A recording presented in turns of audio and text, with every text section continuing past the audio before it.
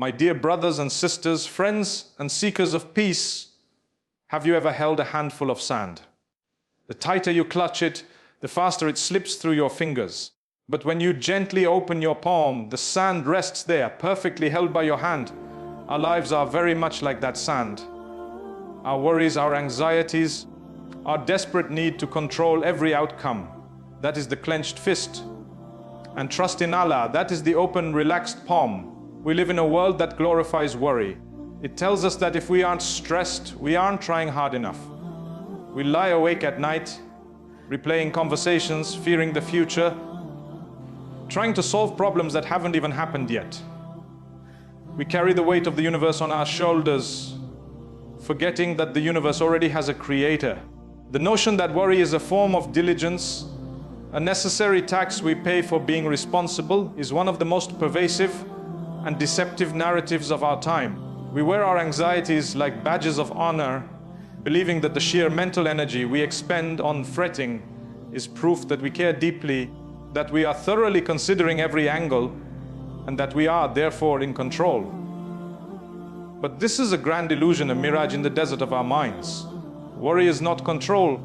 It is, in fact, its very opposite. It is the frantic thrashing of someone who feels themselves drowning, mistaking their own splashing for the act of swimming. True control involves action, direction, and purpose. Worry is a vortex of thought that spins relentlessly but moves us not an inch forward. It is the mind's desperate attempt to simulate mastery over a future that is, by its very nature, unknowable and unmanageable by our limited human faculties. Consider the mechanics of worry. It almost always fixates on one of two realms: the past, which is immutable, or the future, which is unseen. We replay a conversation from yesterday, crafting the perfect retort we failed to deliver, or we pre-live a meeting tomorrow, scripting a dozen different scenarios of failure and embarrassment. In both cases, we are pouring our present energy, our now, into a vessel that is fundamentally broken. The past is a sealed ledger, its accounts are closed. The future is a story yet to be written, and our attempts to author it alone, without acknowledging the divine co-author, are an exercise in profound exhaustion. This mental loop gives us a false sense of engagement. It feels like work because it is mentally draining. But it is unproductive work. It is like a carpenter who spends all day sharpening his tools, polishing his workbench, and worrying about the quality of the wood, but never actually drives a single nail. The house remains unbuilt. This illusion is particularly seductive because it masks itself as foresight and preparedness. The worrier argues, but if I don't worry about this, I won't be ready. I won't have a plan. This confuses constructive planning with destructive worrying. Planning is a calm, focused, and actionable process. It involves identifying a goal, assessing resources, and outlining concrete steps.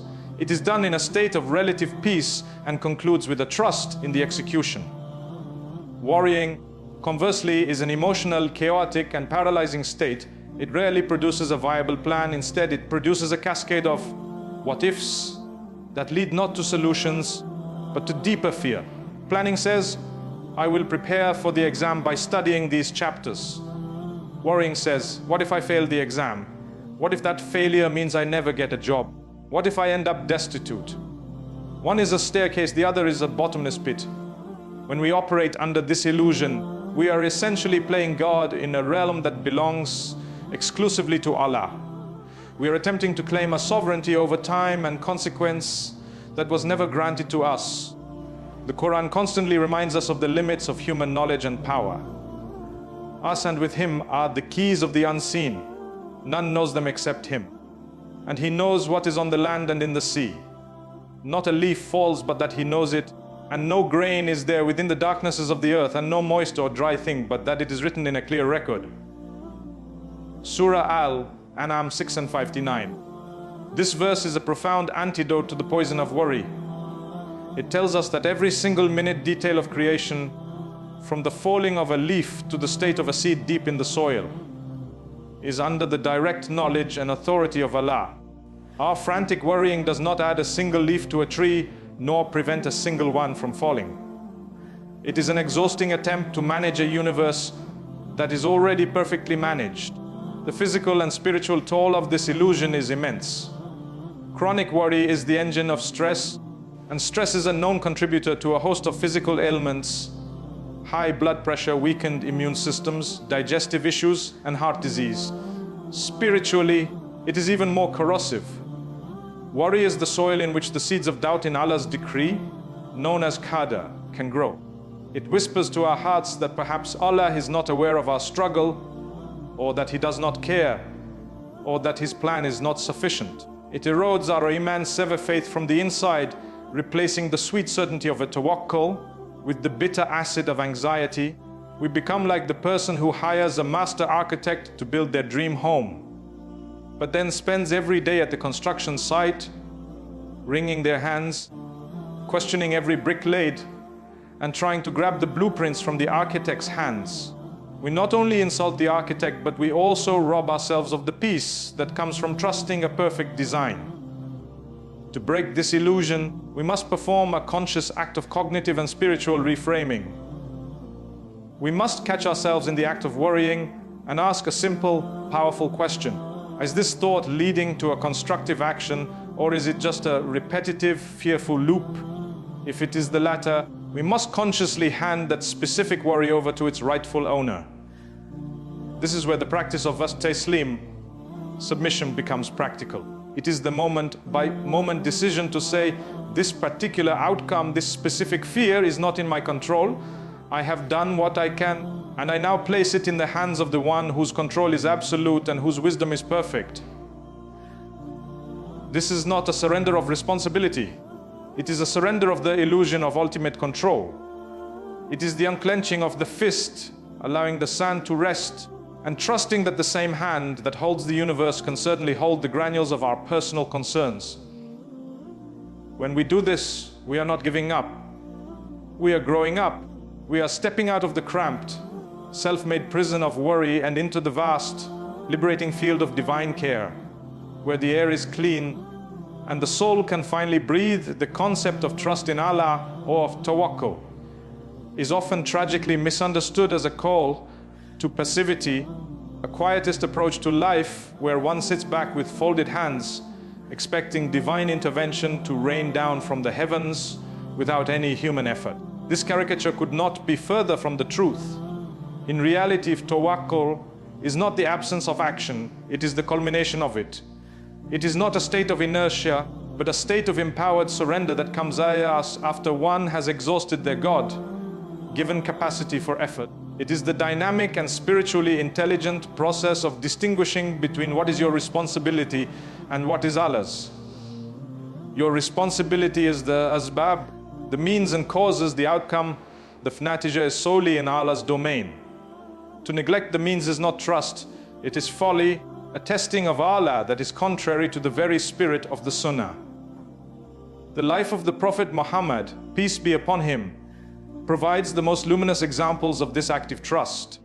Consider the moment of the Hijrah. Here was the ultimate test of faith. The Quraysh had plotted to assassinate him, and his life hung in the balance. Did he simply sit in his home, declaring, I trust in Allah, so He will protect me? No, he engaged in a meticulously planned military-style operation. He arranged for a decoy to sleep in his bed.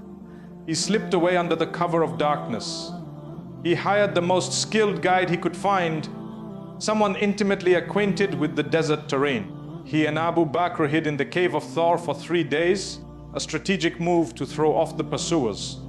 He did everything within his human power. He tied his camel. He utilized planning, secrecy, and expert knowledge.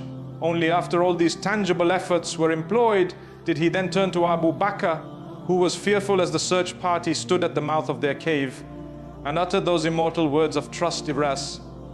Do not grieve, indeed, Allah is with us. His action was the vessel, his trust was the sail that caught the wind of divine grace. The spider spinning its web and the dove building its nest at the cave's entrance were the final miraculous touches from Allah, but they followed the profound and concerted effort of His messenger. This principle permeates every aspect of a Muslim's life.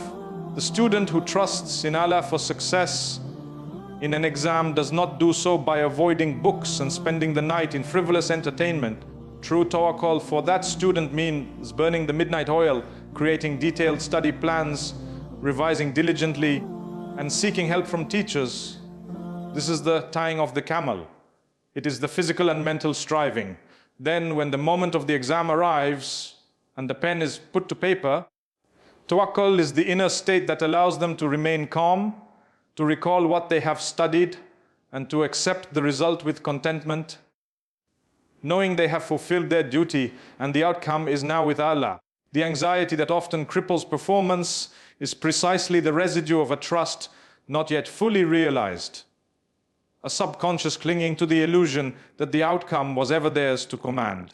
Similarly, a person seeking sustenance does not simply wait at home for rizq to knock on the door. They polish their resume, they network, they develop new skills, they go out and knock on doors themselves. They strive in the marketplace, all the while their heart is attached not to the doors they knock on, but to the one who holds the keys to all doors. This active trust transforms the very nature of our endeavors. When action is divorced from the tawakkul, it becomes a source of immense pressure and potential despair.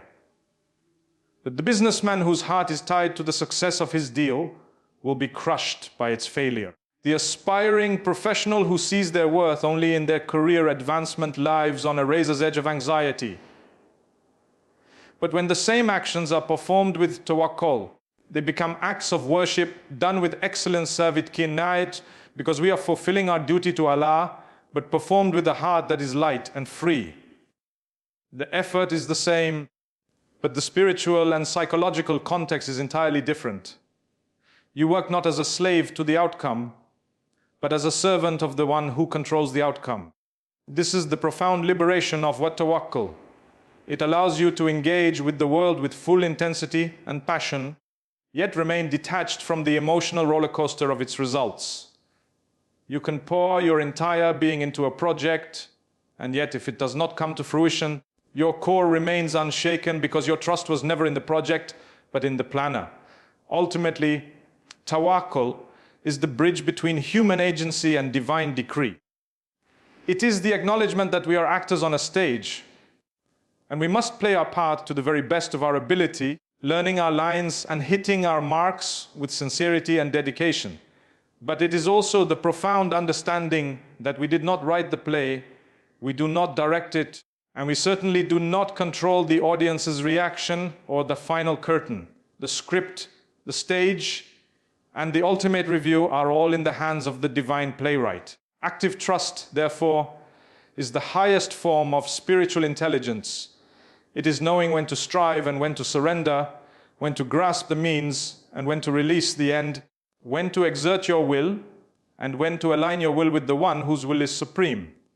It is the dynamic, living faith that does not retreat from the world, but engages with it wholly, all the while holding on to the unshakable conviction that the true power to bring about any result lies not in our hands, but in the hands of the most merciful, the most wise,